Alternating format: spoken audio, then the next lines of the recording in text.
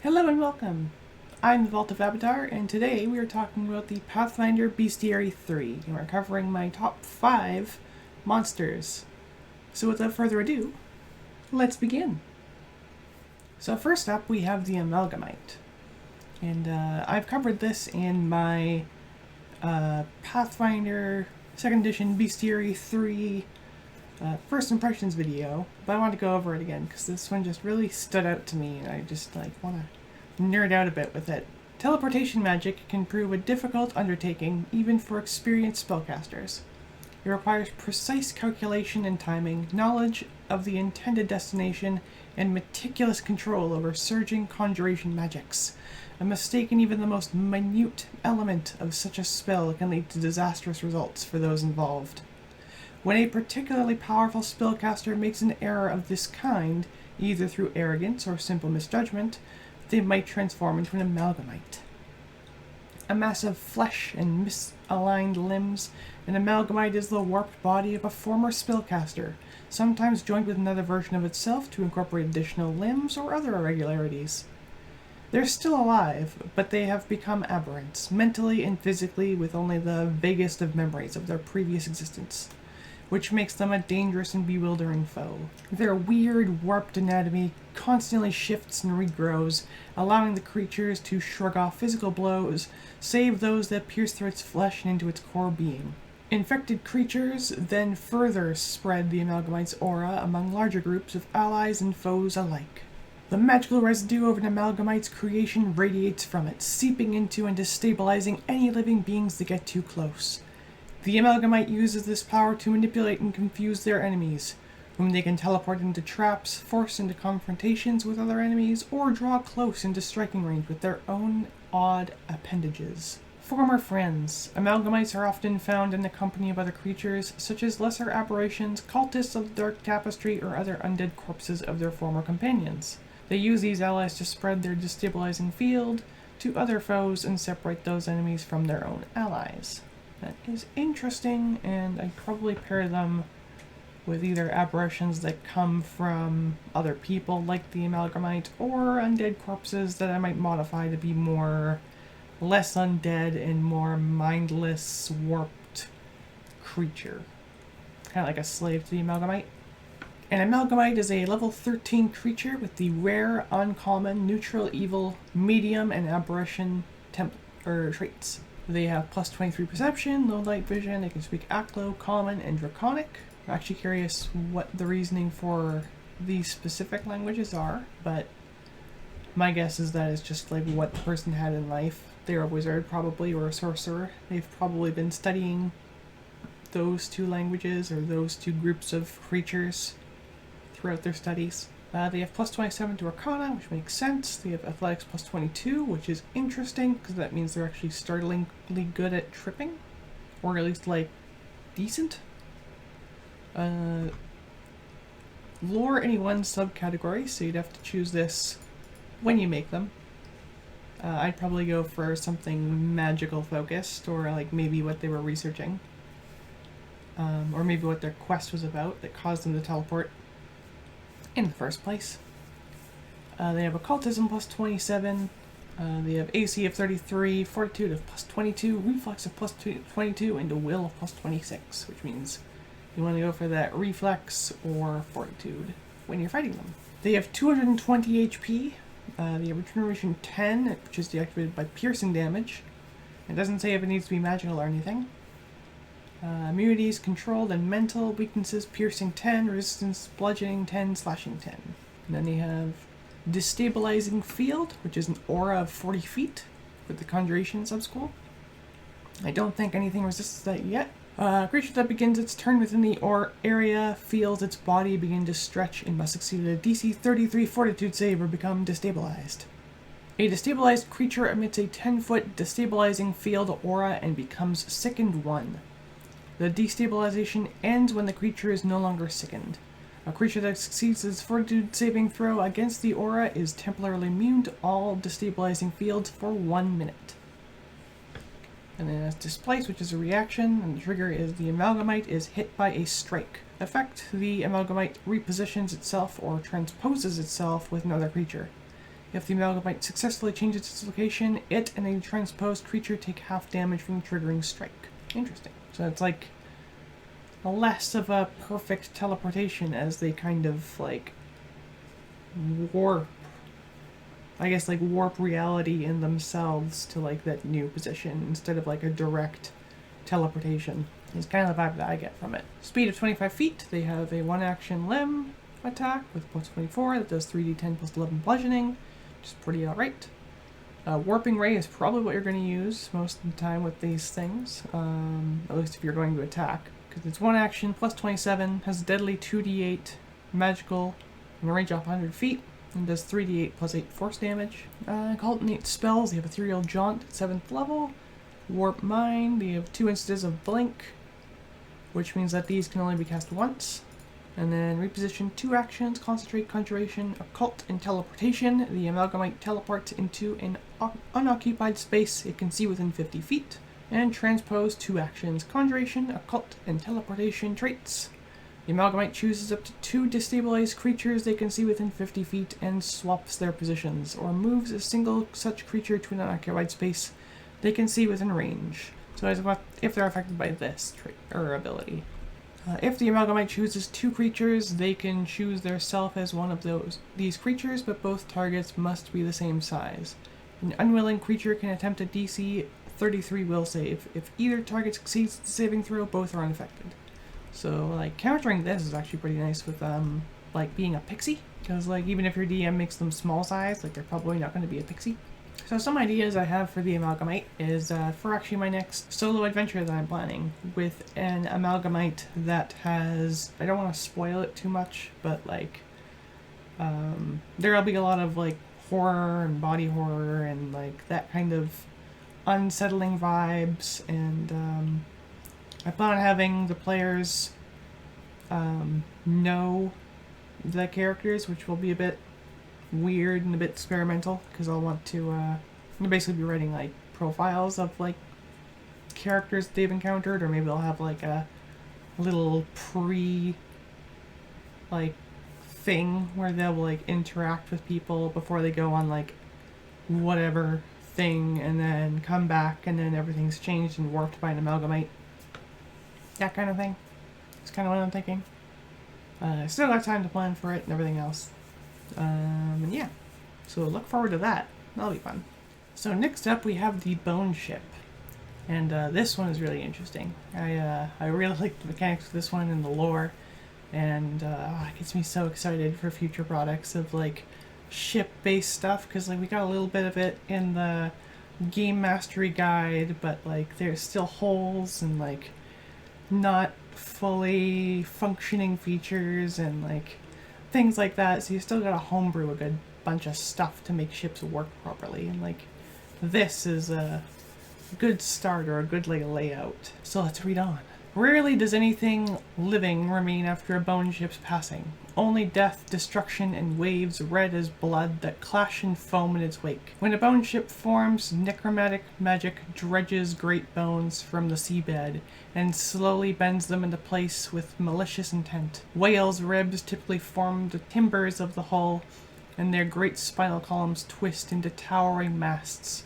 Muscles and tendons lash the ship together, tightening and loosening to precisely turn the ship as it sails. When a Boneship encounters another vessel or finds some other opportunity to sow death, smaller corpses strewn throughout the ship animate to form a crew and boarding party. Each crew member resembles a humanoid skeleton, but they might be made of bones or multiple creatures. For battle, the ship also creates magical cannons formed of bone to propel bone shards and debris from blasts of magic. The small black gemstones stippled across the ship's structure hold the souls of a drowned crew, for a Boneship is the cursed legacy of dead sailors. When a mass death happens at sea, often from an entire ship sinking far from shore, an anguish of the dying victims can spawn a Boneship. This event might occur when a sailor makes a final plea to a dark god, or when a deity takes the opportunity to bind many dead sailors' souls together as a destructive show of divine power. When not created through divine intervention, a Boneship can grow slowly and organically from one of the ships piloted by the undead sailors known as a Druger. As a Druger Ships plague the seas and sink other vessels. They can collect more souls and bones, eventually becoming bone ships. These vessels look different from many other bone ships, with patchwork and asymmetrical appearances. A bone ship is almost gluttonous, possessing an unceasing appetite for death, destruction, and new souls to add to its number. These desires stem from an underlying cause, either placed within the ship by its creator or accreted from the scattered final wishes of its component dead souls. For example, a deity might send a bone ship on a special mission to carry a message of or dispose of a particularly precedent adversary or annoyance. Though bone ships usually travel upon the waves, they have no need to breathe and can carry out underwater missions at the behest of their creator.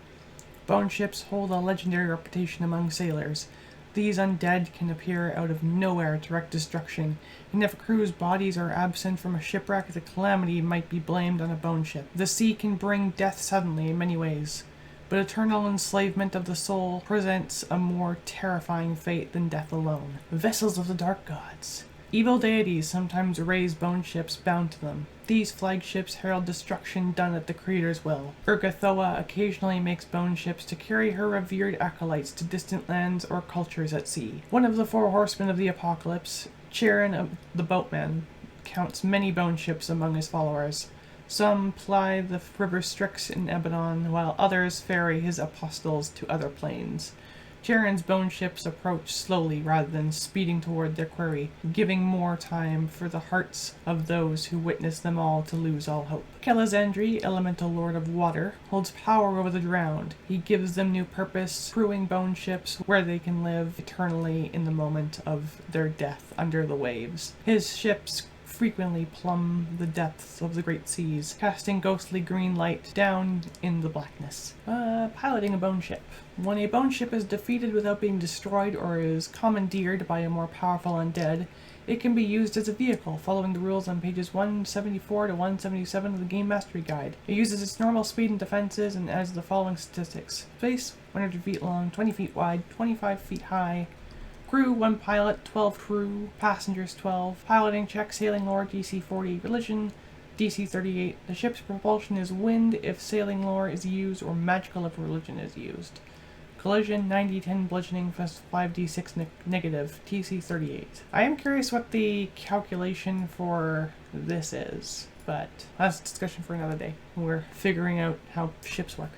So a bone ship is a level 18 creature. It is a rare, chaotic, evil, gargantuan undead with a perception of plus 32 and dark vision. They know common and necral, but they can't speak, which is interesting.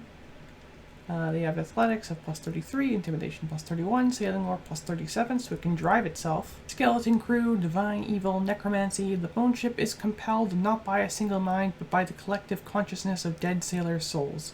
The ship is immune to mental effects that target only a specific number of creatures. It's still subject to mental effects that affect all creatures in the area. Any creature that tries to communicate with the ship via telepathy or read its thoughts hears the dying screams and gasps of the crew, and is targeted with a 9th level Warped Mind spell, DC 41. The ship animates skeletal crew members out of its own bones, arming them with rusty old cutlasses or other armaments so they can attack anyone who comes next to the ship. These entities have appearances matching those the bound souls had in life, but aren't truly individuals. Anything that targets them, in fact, targets the bone ship they're a part of. So that's like a hive mind, basically. Hundreds of black soul gems decorate the ship's exterior, each holding one soul. These gems can hold souls of creatures whose level was 16th or lower, and they have no value if the ship is destroyed. All these gems shatter, freeing the soul within. Trawl of bones downtime. The ship spends one day scavenging bones from the sea and restores itself to full hit points. AC 42, all-around vision. Fortitude plus 33, reflex plus 27, and will plus 30, so you want to go after that reflex. There's HP of 415, standard undead immunities, skeleton crew immunity, interesting. Resistance to cold, electricity, fire, piercing, slashing. You want to go ahead with bludgeoning, in case you want to break the bones. Then you have Bloodwake, which is an aura of 30 feet with the fear and mental. traits. And the churning water around the Boneship tinges red with seeping blood. A living creature that enters water in the aura sees visions of itself drowning in the blood. It must attempt a DC 37 will save. After attempting the saving throw, the creature is temporarily immune for 1 hour. On a failure, the creature becomes frightened 2, frightened 4, and a critical failure, and stunned 1, and takes a -4 status penalty to athletics checks to swim. They have a swim speed of 40 feet. They have a 1-action hold of +35, which is probably the ram, which does 3d10 plus 17 bludgeoning plus 2d10 negative. Melee 1-action, skeleton crew +35, agile, damage 3d6 plus 17 plus 2d10 negative. Ranged, the bone cannon, brutal, divine, negative, range increment 100 feet. Okay, so that gives me something to work on for cannons. Because I wasn't sure what to make their range. Because normally cannons are pretty inaccurate, so I was thinking like making them around like 20 feet, a range increment kind of thing. Like you need to be right next to that boat to hit. But 100 feet is interesting. Damage 2d12 plus 12 bludgeoning plus 2d10 negative. Cannonade. 2 actions. The ship makes 4 bone cannon strikes, each targeting a different creature. So they couldn't target the same boat, but they could target different boats. Converting cannons into actions. That'll be interesting. Chain shot. The Boneship makes a special bone cannon strike, firing a chain made of bones. A creature hit by this strike is grabbed by the chain. Escape DC 41. The Boneship can use interact actions to reel in a grabbed creature 50 feet per action spent. And when the ship moves, it pulls the grabbed creature along with it. So, like, I initially pictured this with, like, skewering, like, you know, Bob the Sailor over there, and then dragging him along. But you could also do it with, like, other ships, and so that's interesting. And basically it tow them along and whatever, and moves them in positioning or lock them in place. Crew's call, 2-action divine. The crew let out an anguished cry in unison. This is a Wail of the Banshee spell with 100 feet emanation, DC 39. In addition, any creature within 5 feet of the ship is grabbed by the crew. The ship can't use Crew's Call again for 1d4 plus 1 rounds. Keel is 3 actions. As Trample, huge or smaller hull, DC 43, page 306. So use the hull damage, which is here. But the Boneship swims up to double its swim speed instead of striding, and each creature that fails its save is also dragged under the ship. The GM places each creature dragged along in an underwater space adjacent to the Boneship at the end of the ship's movement. And Press Gang Soul. Divine, 1 action. The Boneship casts Bind Soul. The target must have died to the Boneship's assault or from drowning. The creature's soul becomes part of the ghostly crew. A new soul gem grows on the ship, and the Boneship is quickened for 1 minute. It can use the extra action only to strike or swim. And we have famed Boneships. Boneships don't choose names of their own, instead being christened by dread gods, who create them, or sailors fortunate enough to survive encounters with them. Some names still whispered in seaside taverns follow. Captain Astor's Eulogy, Crimson Mirage, Starved Whale, Horseman's Herald, Whale Upon the Winds. Man, that's cool. And yeah, this gives so many ideas for like how ships can work in the future, and it's just, oh, look at this and study this for like any ship homebrew, and like, yeah, we can talk. So next we have the Kappa, and I really like this creature. It's one of my favorite sort of like folklore creatures. It's just like such a weird, quirky little creature, and I'm just so happy it made it into the books. So let's begin. Mischievous by nature, Kappas delight in playing pranks on unsuspecting travelers. While not overly malicious, Kappa pastimes can be a significant nuisance to their victims, such as stealing the clothes of people while they bathe, or snatching up unattended food from campfires. Kappas also enjoy proving their worth in competitions of strength, and despite their propensity for trickery, are known to be honorable competitors who keep their word and remain polite in conversation. While Kappas vary in physical attributes from region to region, they're all amphibious, turtle-like humanoids with beaked mouths, webbed hands and feet, and slimy scales that range in color from bluish-green to pale yellow. They often have black hair arranged in a ring to accommodate their central depression atop a Kappa's head. Water from a Kappa's home lake, stream, or river fills these depressions, or head bowls, which are believed to be the source of their strength. Younger Kappa are easily tricked into bowing and accidentally emptying the water out of their own head bowls. Losing this water makes the Kappa lethargic. The longer a Kappa's head bowl remains empty, the weaker they grow.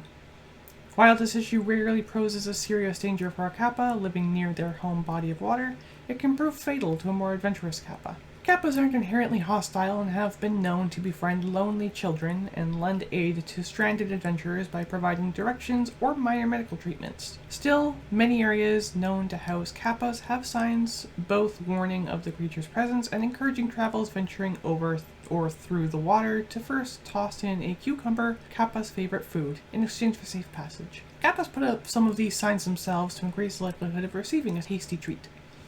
So remember to feed your Kappa some pickles? What was it? Cucumber, not pickles. Don't feed them a pickle, feed them a cucumber. They do kind of look like a pickle though. Then we have a dark side. Kappas despise horses, and due to this behavior are sometimes mistaken for strangely armored goblins. Kappas gleefully kill and consume the innards of horses that venture too close to the water's edge. Some have even developed a taste for human flesh. These vile Kappas have been witness to drowning people before tearing them apart for consumption. And Kappas are level 2 creatures. They are chaotic, neutral, small, amphibious, and they have the beast traits, which means you cannot summon them with a summon animal or anything like that. I really want like a summon beast spell. Acrobatics +8, athletics +7, +9 to grapple though. Medicine +9, survival +7. They have 18 AC, +7 fort save, reflex +10, and will +7. So you'll want to go for that fort or will. Maybe that AC. HP is 35, head bowl. The depression atop a Kappa's head is filled with water. Spilling, evaporating, or otherwise removing all of the water from the top of a Kappa's head reduces all their speeds to 5 feet until the basin is filled again. A Kappa who becomes prone must succeed at a DC 15 reflex save or spill their water, and a Kappa who becomes unconscious automatically spills their water. If a Kappa is grappled, restrained, or stunned, another creature can attempt to spill the water from their bowl by spending a single action, which has the attack and manipulate traits to attempt an athletics check against the Kappa's Fortitude DC. On success, the creature spills the Kappa's water. Speed 15 feet, swim 40 feet. So reducing those to 5 feet each is pretty big. Like, not the movement speed so much, but the swim speed is really nice to just completely shatter them. Although if it's swimming, it can just refill as water. Melee 1 action, claw +11 agile, damage 1d8 10 +3 slashing. Pull arm. The Kappa pulls one of their arms, gaining a 10-foot reach with that arm. The opposing arm shrinks to a little more than a hand extending from their shell. The Kappa can still use their shortened hand to hold things, but they can't use that hand to wield or a shield or weapon. By spending a single action to pull their opposing arm, the Kappa can return their arms to original length. Oh, I see. So one of their arms becomes 10 feet, the other one becomes no range. Okay. Interesting. Yeah, these guys are just like such an interesting creature, and I wanted to showcase them because of like the head bowl mechanic. I love creatures that have a weakness that isn't just like kill it with this kind of thing, or like slash it with this kind of weapon, or shoot a fireball at it. It's like you need to strategize a bit and like spill its water or that kind of thing, and then just really cripple it that way. And I just love gimmicks like that because it's just like feels like a Legend of Zelda boss where it's like a puzzle within a monster, and it's just really cool and interesting, and I just love that. Spirit guide. Spirit guides are a distinctive form of spiritual entity with a tenuous attachment to the material plane. Some legends say that the first spirit guides were the perfect conceptual forms of animals, and that from them eagles, foxes, bear, and other mortal animals were born. Each guide displayed an interest in mortal affairs, watching over communities and imparting their gifts. Fox shared his cunning with the mortals he befriended, while Bear taught them how to survive and endure. Over the passing of countless mortal generations, new spirit guides were born, many of them possessing traits from 2 or more of the original spirit guides. In the ancient human nation of Sarkoris, the people abandoned the worship of traditional gods in favor of venerating the spirit guides who watched over them.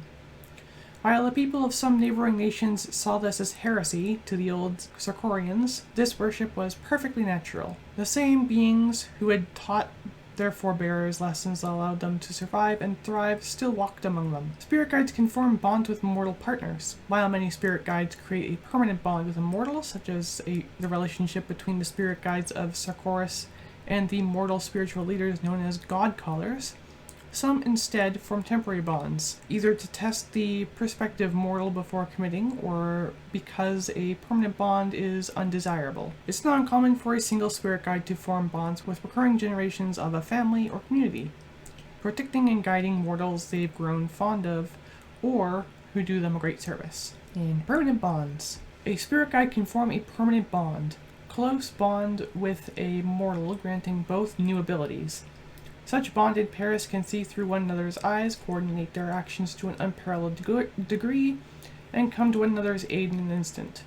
Stories tell that a pair thus linked shares even their life essence between them, growing and learning together throughout the mortal's life. Now, this really reminds me of two things, and that is the Shaman from Pathfinder 1st Edition, and the Summoner from Pathfinder 2nd Edition's playtest with them. And I'm really curious if we're going to see some sort of spirit guide summoner thing, or if it'll be like a thing that we can reflavor our Eidolon to be, that is like of primal nature, for example. Like, I could easily see like reflavoring a primal or spirit Eidolon into being a spirit guide. Cunning guide. Spirit guides of cunning are often seen as the weakest of the spirit guides, but are also the most numerous and proactive, guiding families to safe paths or leaving food and water for warriors.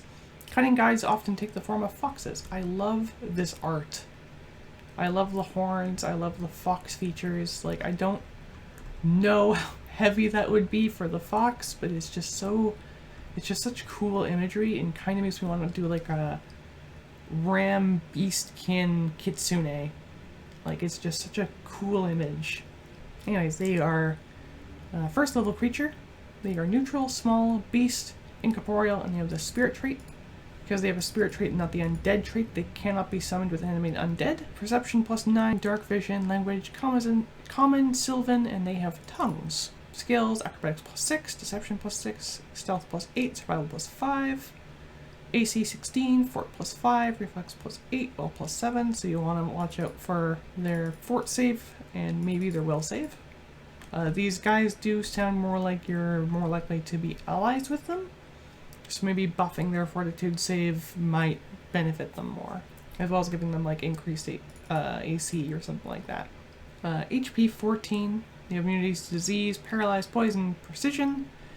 Resistances all damage 2 except force, ghost touch, or positive. Double resistance versus non-magical. They have a speed of 40 feet. They have a melee 1-action horn attack that +6 finesse and magical, which does 1d8 +1 force, and this will use their dexterity modifier instead of their strength modifier because of the finesse. Specifically for making the attack, not for damage. Melee, they have 1-action jaws. Oh yeah, they're a fox. That makes sense. Now they have agile, finesse, magical, damage, 1d4 +1 force. It's force damage, so that's also going to be a pain in the butt for enemies to resist. Primal innate spells, DC 17. Third, Wanderer's Guide, first, detect poison, purify food and drink. Cantrips first, guidance, read aura, stabilize, constant tongues. So those aren't so much offensive spells or support spells, as much as out of combat assistance spells, which is interesting. Bond with mortal. 2 actions, mental, necromancy, and primal. Frequency once per day. Effect, the spirit guide forms a bond with a mortal creature. While the bond exists, the spirit guide increases their current maximum hit points by 10 and gains a +2 status bonus through their attack and damage rolls, and can communicate telepathically with the bonded mortal, as long as the two beings are on the same plane. Spirit guide can only be bonded with one mortal at a time, and they can take this action again to end the bond or to form a new bond, which also ends the old bond. The bond also ends the spirit guide or the mortal dies.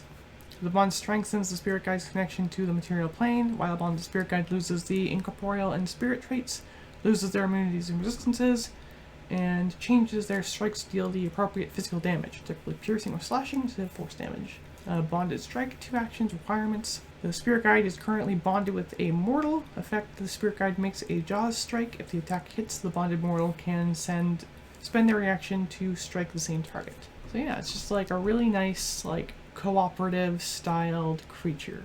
And like, I could see like a GM slotting that in as like an NPC for the party or something, where like the witch or the shaman or the druid and just having a fun with, like, you know, a spirit guide like this, because it's just like such a cool creature. And if it's an enemy, like, that'd be such an interesting encounter as well, and like it might make one of your more spiritually inclined characters to be a bit weary or maybe like hesitant to strike against this creature. And yeah, it's just really cool. Strong Guide.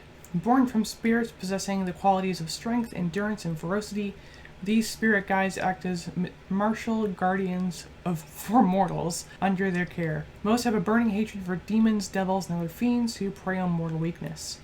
However, they also display care and consideration among mortal children, who in turn seem to instinctively recognize the beings as protectors. Strength takes many forms, some evident in their power, like the feathered bear, and some unassuming. Strength and adversity. In the region of the Broken Lands, known as the Sarkoris Scar, spirit guides are active participants in the fight against the demons who infest the Poison Land. Battle-tested knights and Sarkorian reclaimers alike have countless stories of being rescued from certain doom by a charging bear cloaked in feathers and tearing wrath demons out of the skies, or ghostly eagles with dragon scales swooping in to snatch warriors clear of a pride demon's descending blades.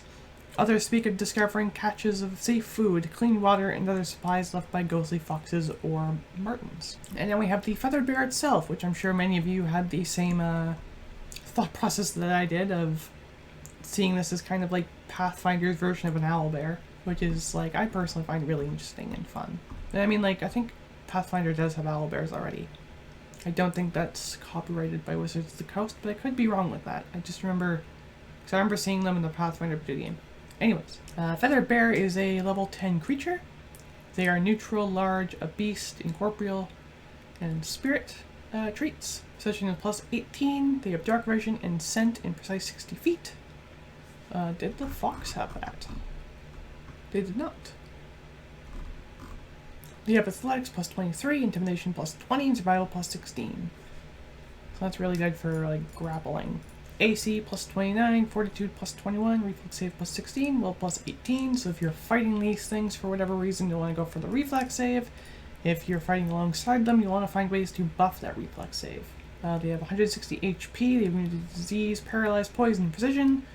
They have resistances to all damage 10, except force, ghost touch, or positive. Double damage versus, or double resistance versus non-magical. Guardian's Aegis.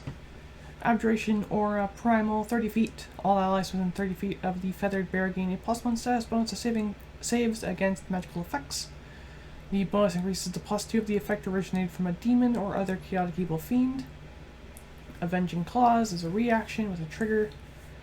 Creature within 10 feet damages the feathered bear's ally with a melee attack. Effect: the feathered bear immediately steps toward the triggering attack and makes a claw strike. That's really cool. Then they have a speed of 35 feet. They have a one-action Jaws attack, which is plus 21, magical, which does 3d10 plus 9 force damage. They have one-action Claw of plus 21, agile and magical, which does 3d6 plus 9 force damage, plus a grab, which is on page 305. We'll go there real quick.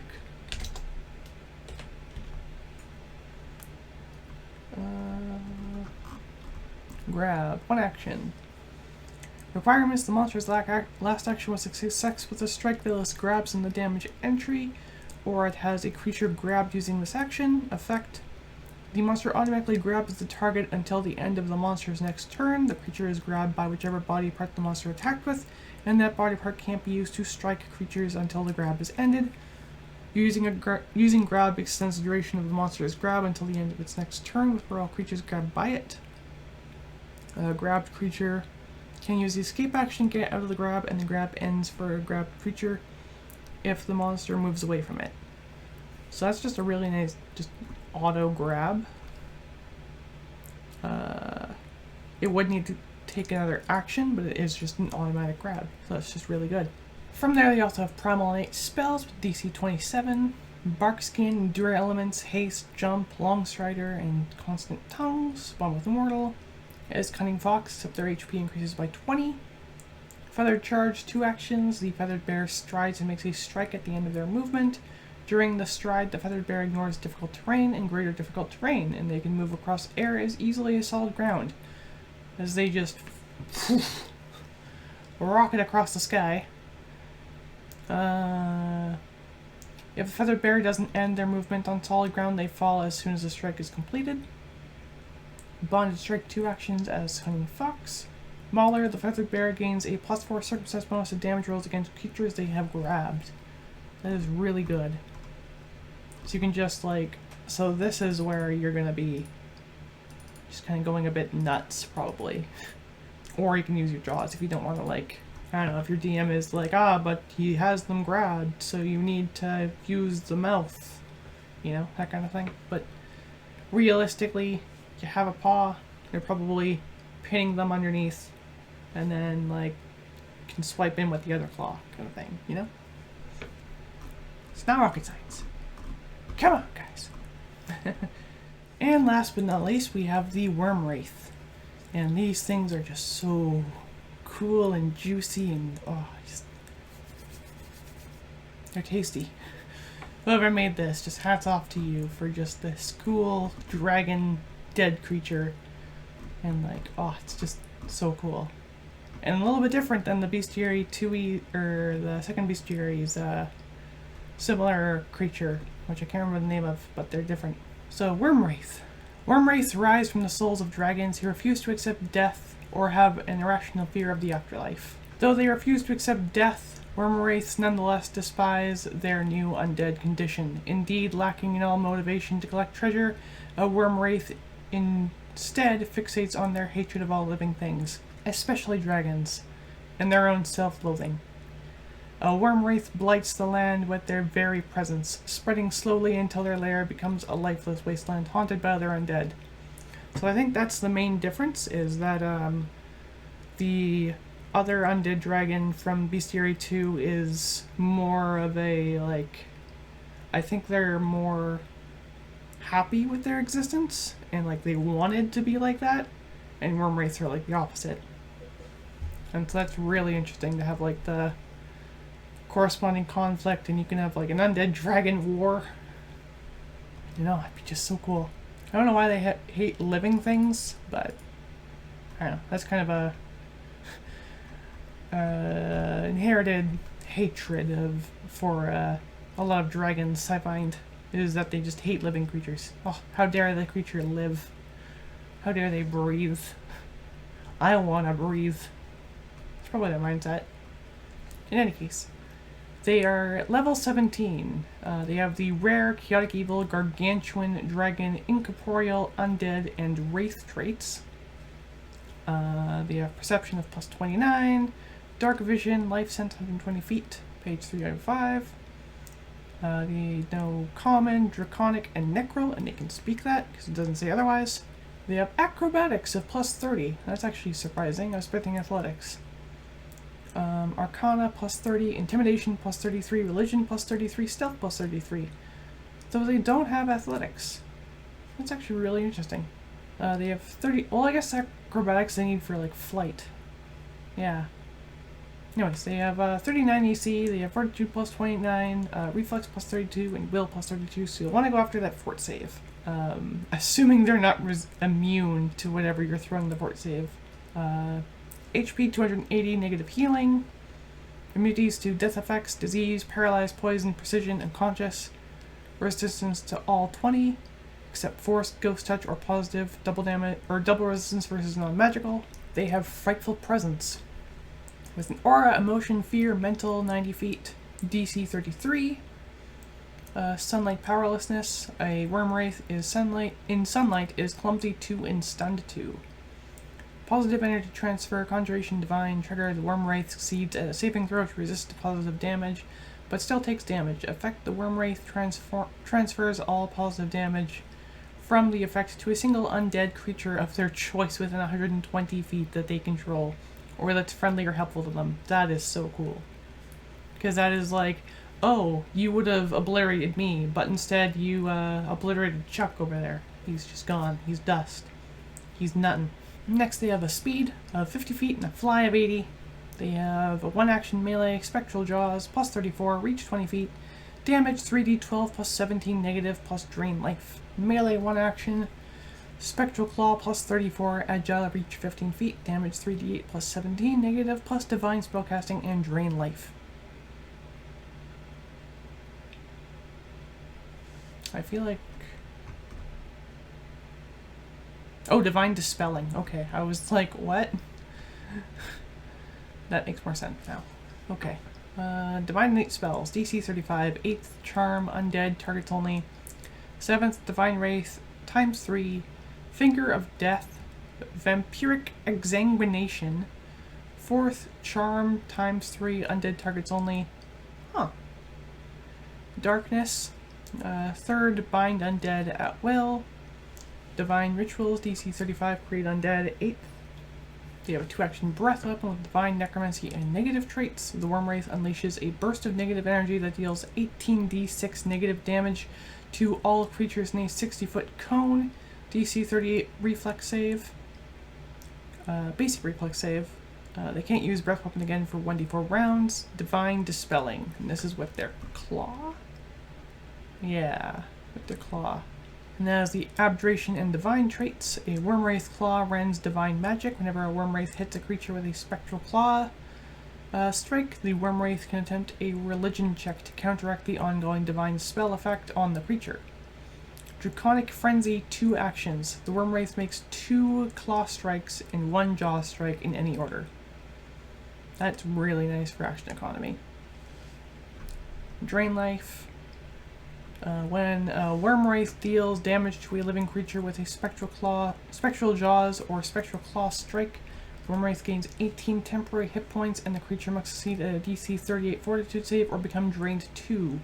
Further damage dealt by the Worm Wraith's Spectral Jaws or Spectral Claw strike increases the value of the drain condition by 2 on a failed save to a maximum of drained 4. Ectoplasmic Form. A Worm Wraith can push through the ectoplasmic veil to temporarily assume a physical form made of ectoplasm. The Worm Wraith loses its incorporeal trait for 1d4 rounds, so they can return their corporeal form as a free action before then. Once this ability ends, the Worm Wraith can't use this ability again for 1d4 rounds. While in this ectoplasmic form, the Worm Wraith's AC increases to 43, and it starts at 39, so that's actually a huge buff. And they gain 100 temporary hit points. They lose their immunity, precision damage, and all of their resistances. Their melee strikes deal slashing and piercing damage respectively to negative damage. Okay. Phase Lurch. Divine move requirements. The Worm Wraith is in their ectoplasmic form. Effect as a stride action. But the Worm Wraith can pass through walls or material objects as though they were incorporeal. They must begin and end their movement outside of any physical obstacles, and passing through solid material is difficult terrain. So, the way I see it is that you want to be in ectoplasmic form pretty much as often as possible, although it depends on like the situation. Like obviously you don't want to be in it if your enemies don't have like ghost touch or anything like that, because then it's just like, well, you can't hit me, so haha. But with ectoplasmic form, if they do have that, you can then swap into a tankier form that's harder to hit and has just so much more hit points, and then you can kind of tank those hits more, and then you only have like a little period of time where you're more vulnerable to their attacks because they have ghost touch and whatever.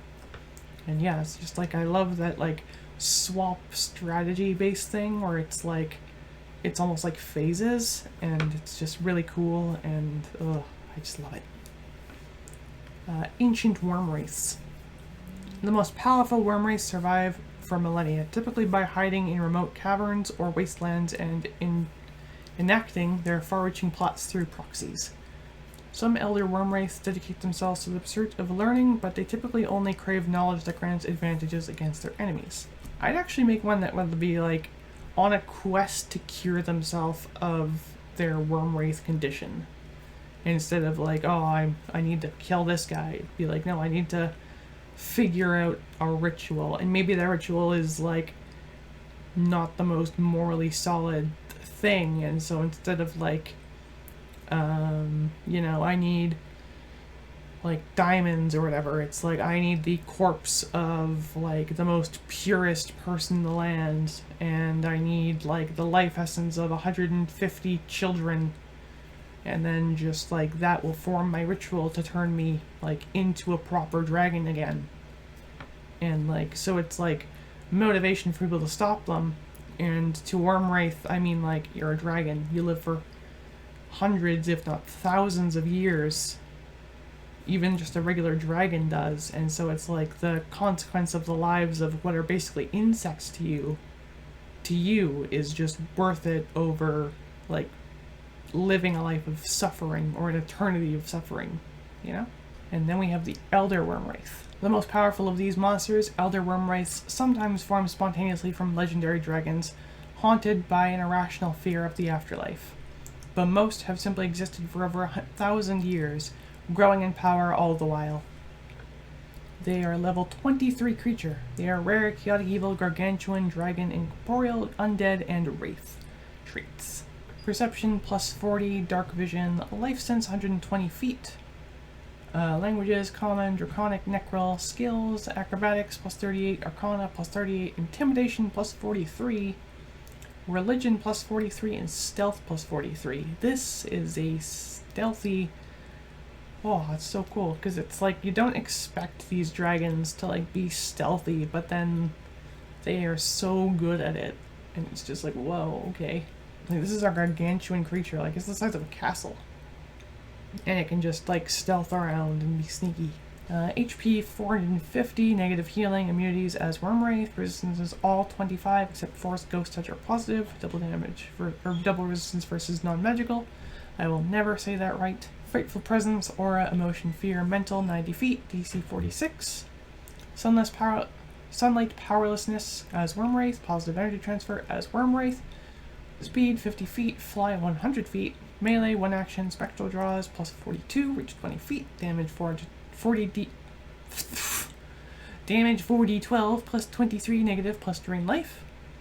Melee, 1 action, Spectral Claw, plus 42, agile, reach 15 feet, damage 40, plus 23, negative, plus divine dispelling and drain life.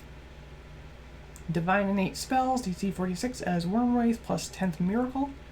Divine rituals, DC 46, create undead and imprisonment, both at 10th level. Breath weapon 2 action, Worm Wraith, but 24 d6 negative damage, a 90-foot cone, and DC 46. Goodness. Consume souls 2 action, divine, death, incapacitation, necromancy. The Elder Worm Wraith inhales sharply, sucking in the souls of nearby creatures. Each creature in a 60-foot cone must attempt a DC 46 will save. The Elder Worm Wraith can't consume souls again for 1d4 rounds. Critical success, the creature is unaffected. Success, the creature becomes doomed 1. Failure, the creature becomes doomed 2 and takes 100 negative damage. Critical failure, the creature is slain. As long as the Worm Wraith still exists, the slain creature can't be returned to life through any means. Any means. That includes wish, miracle, whatever, because usually it specifies that, but because it doesn't, that just means that they're gone. That is so cool. Divine Dispelling as Worm Wraith, Drain Life as Worm Wraith with 24 hit points and DC 46. Draconic Frenzy as Worm Wraith, Ectoplasmic Form as Worm Wraith except AC 52 and 125 temporary hit points compared to their 49 AC. And Phase Lurch as Worm Wraith. This is just such a cool creature that is just, I love the mechanic shenanigans of it, and I love how evil it is, and I love how you can just play around with so many different aspects and things with it, and it's just such a cool creature. And when I saw this, I like was drooling, and it's just so cool. And anyways, with all that said and done, let me know what you think about these videos, because these are very new for me, and let me know what your top 5 monsters in Bestiary 3 are, what your top 5 monsters in any Bestiary are, whether they be Pathfinder or like 5e or whatever, Lancer. Those have like fun, crazy monsters that are just so full of customization. It's just crazy. But yeah, and you know, if you want to support the channel, you can like, subscribe, check me out on Twitter. You can check out my website. I have a Patreon. I'll link all those in the description, and you can click and choose whichever one you want. And yeah, you know, have a great day. And thank you so much for watching.